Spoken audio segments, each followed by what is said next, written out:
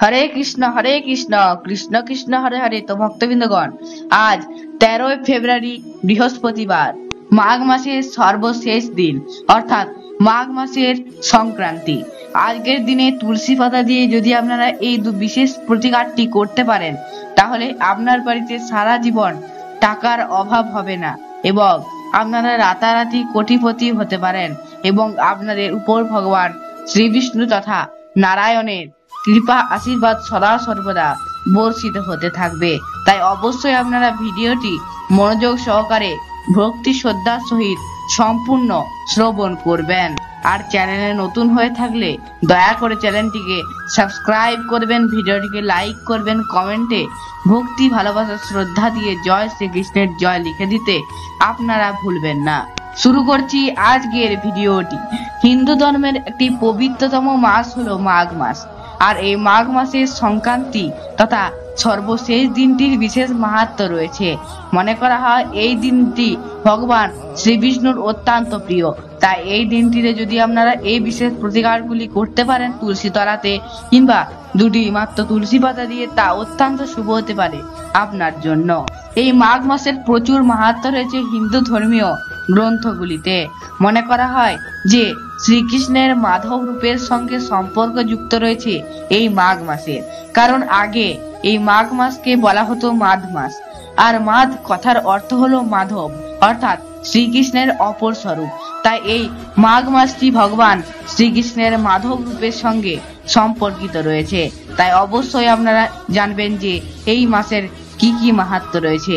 এই দিনটিতে আপনারা যদি গঙ্গা, যমুনা কিংবা যে কোনো পবিত্র নদী অথবা ত্রিবেণী সঙ্গম অর্থাৎ মহাকুম্ভে যে স্নান করতে পারেন, তাহলে আপনার কোটি কোটি পাপ দূরীভূত হবে এবং আপনার জীবনে থাকা সমস্ত বাধা বিপত্তি দূর হবে এবং আপনার উপর শ্রীহরি বিষ্ণু অত্যন্ত সন্তুষ্ট হবেন।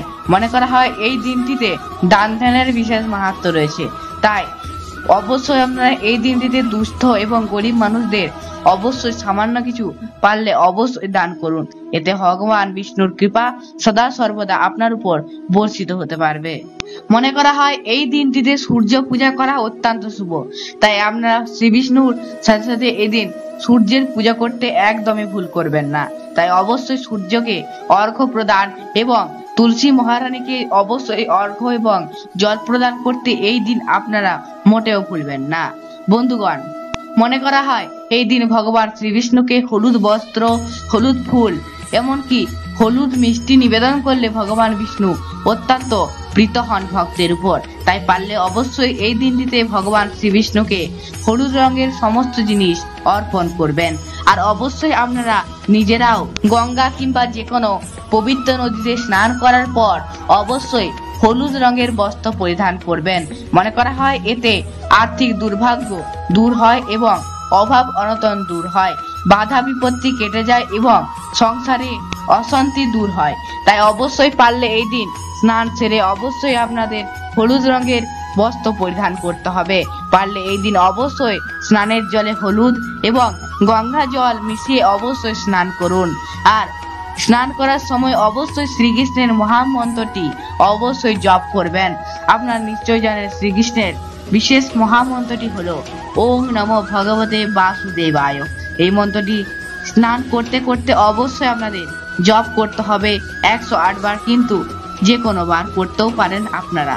তবে অবশ্যই খেয়াল রাখবেন এই মন্ত্রটি জপ করার পর অবশ্যই শ্রীকৃষ্ণের হরে কৃষ্ণ মহামন্ত্রটি অবশ্যই জপ করবেন, তাহলে কিন্তু সম্পূর্ণ ফল আপনারা লাভ করতে পারবেন। বন্ধুরা, এইবার 2025 সালের মাঘ মাসের সর্বশেষ দিনটি যেহেতু বৃহস্পতিবারে পড়েছে, তাই মনে করা হচ্ছে এই দিনটিতে যদি মা লক্ষ্মীর আশীর্বাদ পাওয়া যায় তাহলে সংসারের সমস্ত বাধা বিপত্তি দূর হবে, আর্থিক উন্নতি আসবে জীবনে এবং সাংসারিক অশান্তিও দূর হবে।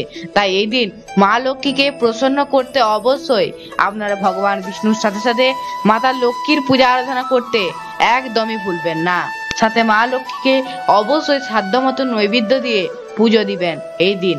আর এই দিন মাঘ মাসের সর্বশ্রেষ্ঠ দিনে অর্থাৎ সর্বশেষ দিনে আপনারা মা লক্ষ্মীকে একটি হলুদ রঙের গেঁদা ফুলের মালা অবশ্যই নিবেদন করুন।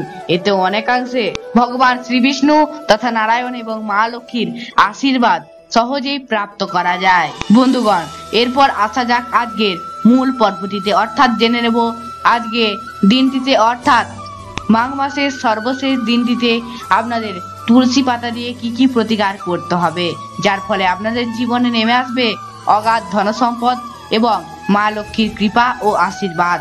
প্রথমেই যে প্রতিকারটির কথা বলবো বন্ধুরা, সেটি করার জন্য অবশ্যই আপনাদের প্রয়োজন হবে 2টি তুলসী পাতার। বন্ধুরা, আজকের দিনটিতে অবশ্যই আপনারা ব্রহ্ম মুহূর্তে স্নান করবেন, তারপর তুলসী মহারানীর পুজো করে তুলসী প্রদক্ষিণ করবেন, তুলসী আরতি করবেন, তুলসীতে জল প্রদান করবেন, আর অবশ্যই তুলসী মাতার হরিনাম সংকীর্তন অবশ্যই আপনাদের করতে হবে। তারপর তুলসী মহারানীর কাছ থেকে 2টি তুলসী পাতা তুলে আনবেন, পরে ক্ষমা প্রার্থনা মন্ত্র অবশ্যই আপনাদের জপ করতে হবে। এরপর একটি তামার পাত্রে গঙ্গা জল নিয়ে 2টি তুলসী পাতাকে ভিজিয়ে রাখতে হবে। কিছুক্ষণ পর সেই তুলসী পাতা এবং জলটিকে ভগবান বিষ্ণুর চরণে নিবেদিত করুন এবং সেই জলটিকে আপনার বাড়ির চারিদিকে ছড়িয়ে দিন। এতে সমস্ত নেগেটিভ এনার্জি দূর হবে এবং পজিটিভ এনার্জি সঞ্চার হবে আপনার বাড়িতে এবং আপনার জীবনে সাফল্য আসবেই, রাতারাতি কোটিপতি হবেন। আর অবশ্যই আরো একটি বিশেষ যে তুলসী পাতা দিয়ে প্রতিকার রয়েছে, সেটিও অবশ্যই আপনাদের করতে হবে এই দিনটিতে। সন্ধ্যাবেলা এই প্রতিকারটি আপনাদের প্রত্যেককে করতে হবে। আপনারা কিভাবে করবেন অবশ্যই দেখে নিন। সন্ধ্যাবেলা প্রথমে সমস্ত দেবতাদের সন্ধ্যারতি যেমন আপনারা করে থাকেন করে নেবেন। তারপর তুলসী মহারানীর কাছে একটি ঘিয়ের দীপ অবশ্যই প্রজ্বলিত করুন। তারপর তুলসী মহারানীর কাছে অবশ্যই সেই দীপটি আরতি করুন, অর্থাৎ ওই প্রদীপটি দিয়ে ভালোভাবে আরতি করুন এবং আরতি করার সময় অবশ্যই আপনাদের হরিনাম সংকীর্তন করতে হবে। পারলে অবশ্যই আপনারা হরে কৃষ্ণ মহামন্ত্রটি 108 বার জপ করবেন। এইভাবে আপনারা তুলসী মহারানীর আরতি করার পর প্রদীপের তাপ আপনার বাড়ির সকলকে, অর্থাৎ আপনার বাড়ির সকলের আত্মীয়জনকে দিয়ে দেবেন। আপনার বাড়ির চারিদিকে এই প্রদীপের তাপ দিয়ে দেবেন। এতে আপনার বাড়িতে থাকা সমস্ত নেগেটিভ এনার্জি দূর হবে এবং পজিটিভ এনার্জির সঞ্চার হবে। আর অবশ্যই আপনারা এই দিন স্নান করে ভগবান বিষ্ণুর পুজোর সময় তুলসীর পাতার সাথে অবশ্যই তুলসী মঞ্জুরির ব্যবহার করুন। এতে মনে করা হয় শ্রী বিষ্ণুর আশীর্বাদ অবশ্যই আপনারা পেতে পারেন। বন্ধুরা, আজ 13 ফেব্রুয়ারি বৃহস্পতিবার, মাঘ মাসের সর্বশ্রেষ্ঠ দিনে এই কয়েকটি প্রতিকার আপনারা অবশ্যই করুন। দেখবেন আপনার জীবনে একটা বিশেষ আমূল পরিবর্তন হচ্ছে। তো বন্ধুরা, এই ছিল আজকের ভিডিওটি। আশা করব আজকের ভিডিও থেকে আপনারা একটু হলেও সমৃদ্ধ হলেন।